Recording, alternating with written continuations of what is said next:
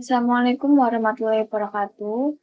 Perkenalkan nama saya Anggi Kinaya Putri, NPM 21012011049 dari Prodi Manajemen kelas B Negara G193. Di sini saya ingin mempresentasikan hasil artikel yang telah saya buat yang berjudul Analisis Kasus Korupsi PT Jiwasraya apabila dinilai dari sudut pandang bela negara dan manajemen.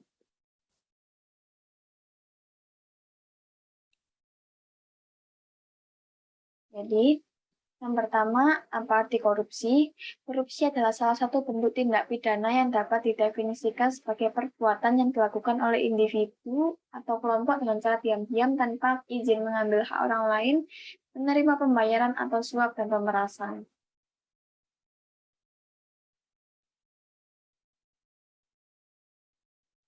Korupsi PT Jiwasraya.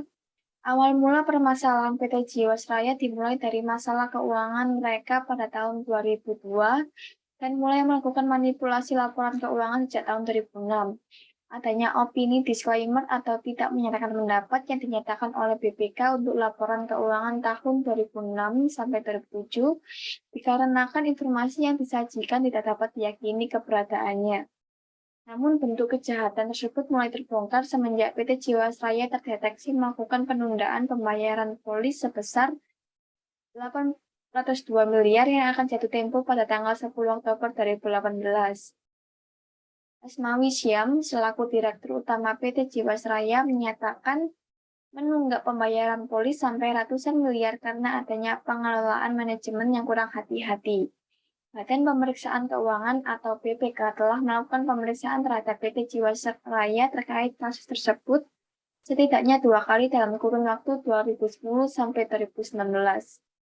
Pemeriksaan yang pertama dengan tujuan tertentu atau PDTT pada tahun 2016 dan mengungkapkan 16 temuan terkait dengan pengelolaan bisnis, investasi, pendapatan, dan biaya operasional tahun 2014 sampai 2015.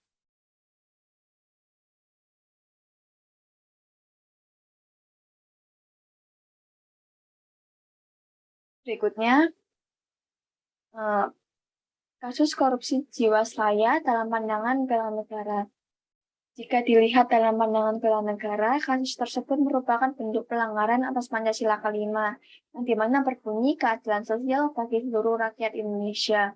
Karena korupsi merupakan sebuah tindakan yang menggerogoti kekayaan negara yang ujung-ujungnya adalah memiskinkan negara dan juga rakyat. Dalam kasus Jiwasraya, selain negara dan sektor ekonomi yang dilakukan sangat banyak, nasabah dari perusahaan asuransi tersebut juga dirugikan. Mereka telah percaya sepenuhnya terhadap asuransi tersebut. Kepercayaan mereka semua telah hilang setelah terungkapnya bagaimana perbuatan yang dilakukan selama bertahun-tahun itu. Dalam kasus ini juga tidak ada nilai kejujuran dan nilai tanggung jawab.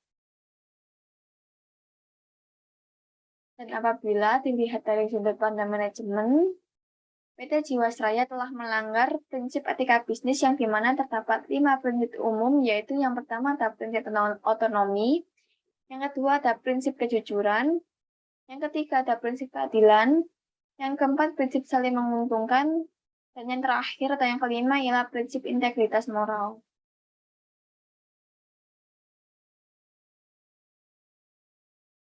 5 prinsip etika yang dimana prinsip otonom dalam kasus korupsi pencucian uang Jiwasraya, Peter Rasiman secara sadar telah memanipulasi tindakan yang tidak seharusnya dilakukan, namun ia bersikuku untuk melakukan tindakan tersebut.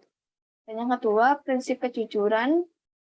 Peter Rasiman telah banyak memanipulasi atau merekayasa pemasukan dan pengeluaran perusahaan secara berkala.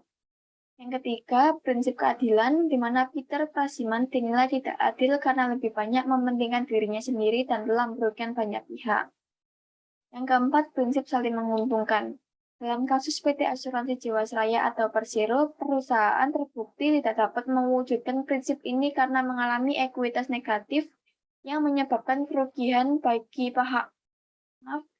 pihak lain yang terlibat gagal bayar. Keuangan negara pun mengalami kerugian sebesar 16,8 triliun. Dan yang terakhir, prinsip integritas moral. di mana akibat tindakan Peter Rasiman, GCG dari PT Jiwasraya telah mendapat pandangan buruk dari pihak dalam maupun pihak luar perusahaan.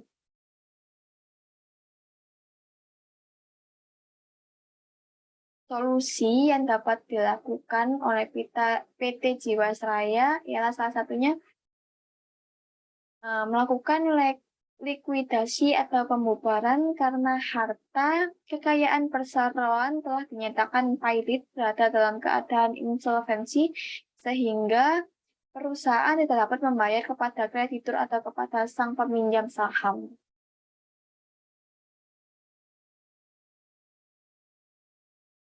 Bentuk alternatif. Bentuk alternatif yang dapat meminimalisir korupsi pada perusahaan lain ya dengan cara melakukan internalisasi etika dan moral bagi pejabat pelayanan publik yang dapat berupa penerapan nilai-nilai anti korupsi seperti kejujuran, kepedulian, kemandirian, kedisiplinan, tanggung jawab, kerja keras, kesederhanaan, keberanian, dan keadilan. Selain itu, perlu juga menanamkan prinsip anti korupsi seperti akuntabilitas, transparansi, kewajaran, kebijakan, dan kontrol. Kemudian perlu adanya peningkatan kontrol dan pengawasan yang dapat dilakukan dengan meningkatkan transparansi informasi terutama kepada publik sehingga pemerintah dan non-pemerintah dapat bersama-sama melakukan pengawasan terhadap pelayanan publik.